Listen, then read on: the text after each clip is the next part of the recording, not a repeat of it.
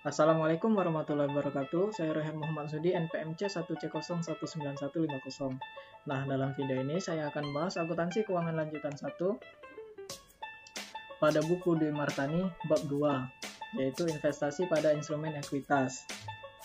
Nah, instrumen ekuitas ini merupakan salah satu kelompok dari instrumen keuangan. Kemudian, PSAK yang mengatur instrumen keuangan itu ada PSAK 50, 55, 60, dan PSAK 71 berkaitan tentang instrumen keuangan.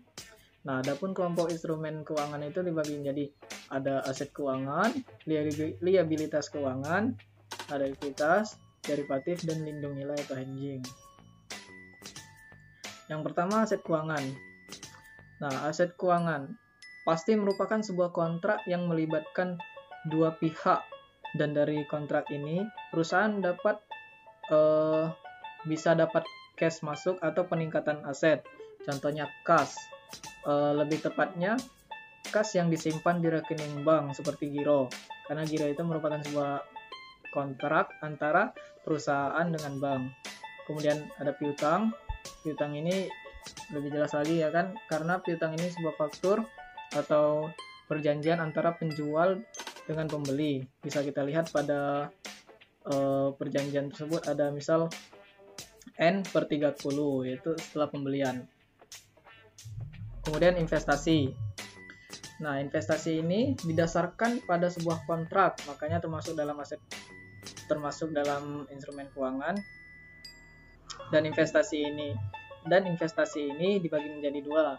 Yang pertama, investasi pada sekuritas hutang, biasanya dalam bentuk obligasi, dan keuntungan yang diterima oleh investor dalam bentuk pendapatan bunga. Dan ada investasi pada sekuritas ekuitas dalam bentuk saham perusahaan, dan keuntungannya bisa, jika jangka pendek, bisa dalam bentuk capital gain. Kemudian ada keuntungan dalam bentuk dividen jika kita telah memenuhi syarat diterimanya dividen. Lalu ada instrumen liabilitas keuangan. Ya, contohnya ada piutang wesel, obligasi. Nah, definisinya itu adalah suatu perjanjian atau kontrak yang melibatkan dua pihak, sehingga bagi pihak yang mempunyai liabilitas akan ada kas yang keluar atau aset yang diserahkan. Lalu ada instrumen ekuitas. Ya, instrumen ekuitas ini yaitu residual claim, hak atas aset yang dimiliki oleh pemilik setelah dikurangi liabilitas, maka bisa disebut aset bersih.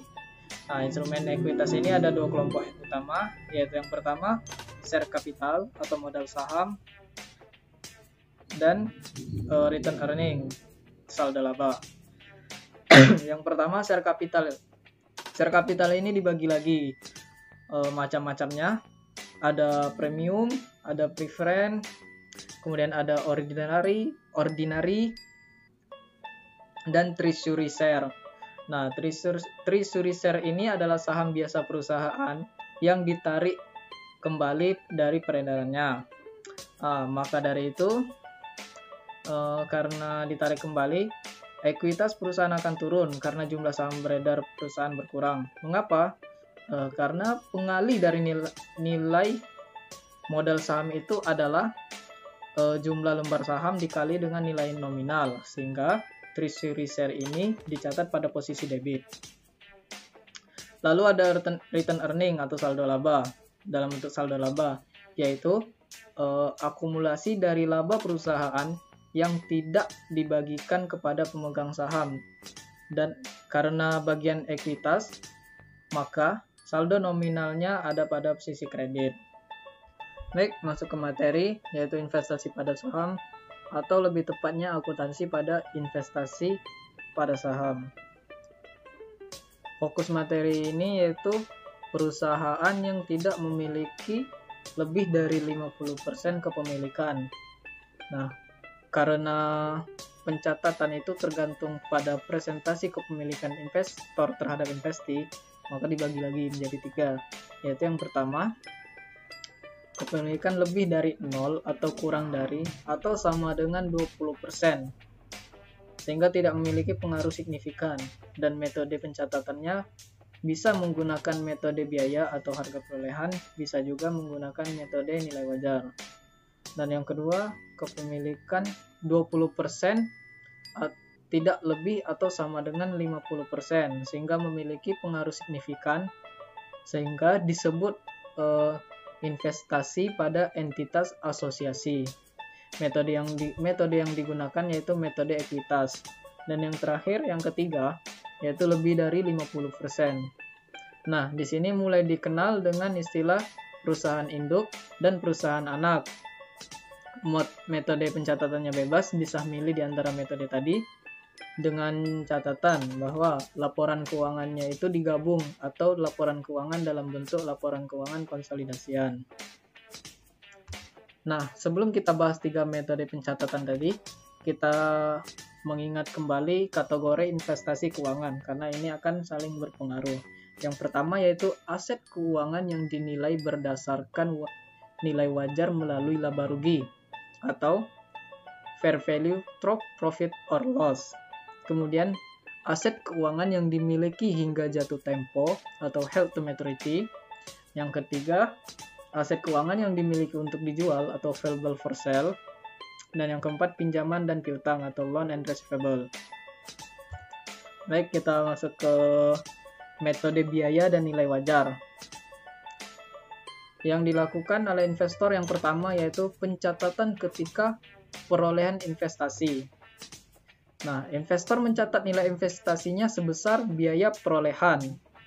Dengan catatan, jika ada biaya transaksi, jika itu kategori 1 atau fair value profit or loss, maka biaya transaksi itu diperlakukan sebagai penambah beban periode berjalan. Maka jurnal yang dibuat yaitu investasi pada posisi debit, biaya transaksi pada posisi debit, terhadap kas pada posisi kredit.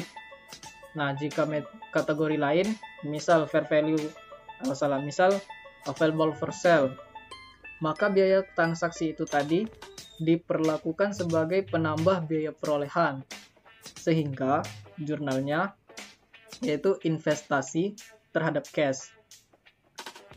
Nah, kemudian yang kedua melakukan pencatatan jika ada pembagian dividen. Nah, jika itu hanya pengumuman oleh investee, maka jurnalnya piutang dividen terhadap pendapatan dividen. Kemudian jika itu sudah melakukan pembagian, maka jurnalnya kas terhadap pendapatan dividen. Dan tidak mencatat jika investee mengumumkan adanya laba, karena investor tidak memiliki pengaruh signifikan. Nah, jika di akhir periode harga saham perusahaan investee mengalami kenaikan, maka tidak ada penyesuaian jika menggunakan metode biaya. Akan tetapi jika menggunakan metode nilai wajar, maka jurnalnya yaitu investasi terhadap keuntungan penilaian berdasarkan nilai wajar. Dengan catatan, jika dia itu kategori fair value through profit or loss, maka dimasukkan ke dalam laporan laba rugi karena mempengaruhi laba bersih periode berjalan. Dan jika itu available for sale, maka dilaporkan termasuk kategori penghasilan komprehensif lain. Kemudian metode ekuitas. Metode ini digunakan oleh investor yang memiliki saham di perusahaan investasinya lebih dari 20% atau sama dengan 50%, sehingga dikatakan investasi pada entitas asosiasi. Yang pertama, sama seperti metode tadi, pencatatan ketika perolehan investasi, yaitu investor mencatat nilai investasinya sebesar biaya perolehan investasi. Nah, yang kedua ketika investee mengumumkan adanya dividen, membagikan dividen, yaitu jurnalnya piutang dividen terhadap investasi pada entitas asosiasi. Nah, di sini dia mengurangi investasi pada entitas asosiasi dikarenakan di satu sisi investi itu membagikan dividen yang diambil melalui kas. Nah, karena investor memiliki pengaruh signifikan, maka investor harus mengakui adanya aset yang berkurang, yaitu pada investasi pada entitas asosiasi. Nah, kemudian jika investi melaporkan adanya laba, maka jurnal yang dibuat yang pertama, investasi pada entitas asosiasi pada posisi debit terhadap pendapatan dari investasi pada posisi kredit jika itu laba. Namun jika dia rugi, maka jurnalnya kerugian dari investasi pada posisi debit terhadap investasi pada entitas asosiasi pada posisi kredit.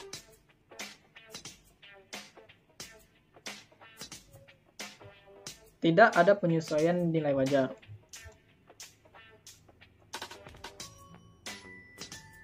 Kemudian investasi pada periode interim. Apa itu periode interim?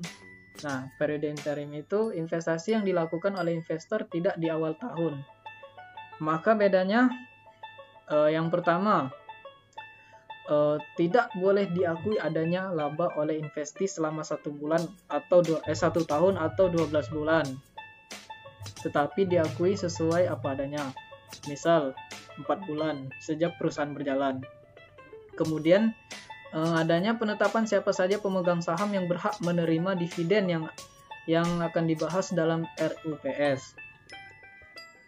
Kemudian penurunan nilai. Nah, jika terjadi penurunan nilai, maka tergantung kategori apa yang digunakan. Misal kategori fair value drop profit or loss, maka penurunan nilai itu bersifat otomatis mengikuti penurunan harga pasar. Jika yang lain, maka harus dilakukan pengujian penurunan nilai. Nah, contohnya piutang. Kapan piutang itu mengalami penurunan nilai? Ketika piutang itu tidak dapat ditagih sepenuhnya atau bahkan tidak dapat ditagih sama sekali. Lalu alokasi selisih biaya perolehan investasi. Karena dalam praktiknya bisa jadi perolehan itu berbeda dengan proporsi atas nilai tercatat ekuitas atau nilai wajar aset neto, sehingga menimbulkan diferensial atau selisih yang dialokasikan. Maka tidak bisa kita langsung menyebutnya itu goodwill, karena bisa juga ke aset, dialokasikan ke aset atau liabilitas yang nilai wajarnya berbeda dengan nilai tercatat.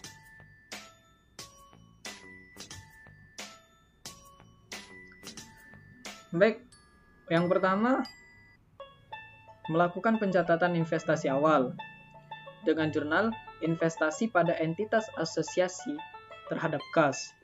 Lalu langkah yang kedua yaitu mencatat pengakuan piutang dengan jurnal piutang dividen terhadap investasi pada entitas asosiasi pada posisi kredit. Lalu mencatat pengakuan laba dengan jurnal pada posisi debit investasi pada entitas asosiasi terhadap bagian laba atas entitas asosiasi pada posisi kredit. Nah, kemudian bedanya dengan yang tadi, adanya mencatat amortisasi. Mencatat amortisasi itu jurnalnya bagian laba pada entitas asosiasi pada posisi debit terhadap investasi pada entitas asosiasi pada posisi kredit jika amortisasinya bersifat negatif. Nah, jika itu bersifat positif, maka jurnalnya investasi pada entitas asosiasi terhadap bagian laba pada entitas asosiasi pada posisi kredit. Baik, itu saja yang dapat saya sampaikan pada bab 2 atau materi investasi pada saham. Mohon maaf bila ada kekurangan. Saya akhiri. Terima kasih atas perhatiannya. Assalamualaikum warahmatullahi wabarakatuh.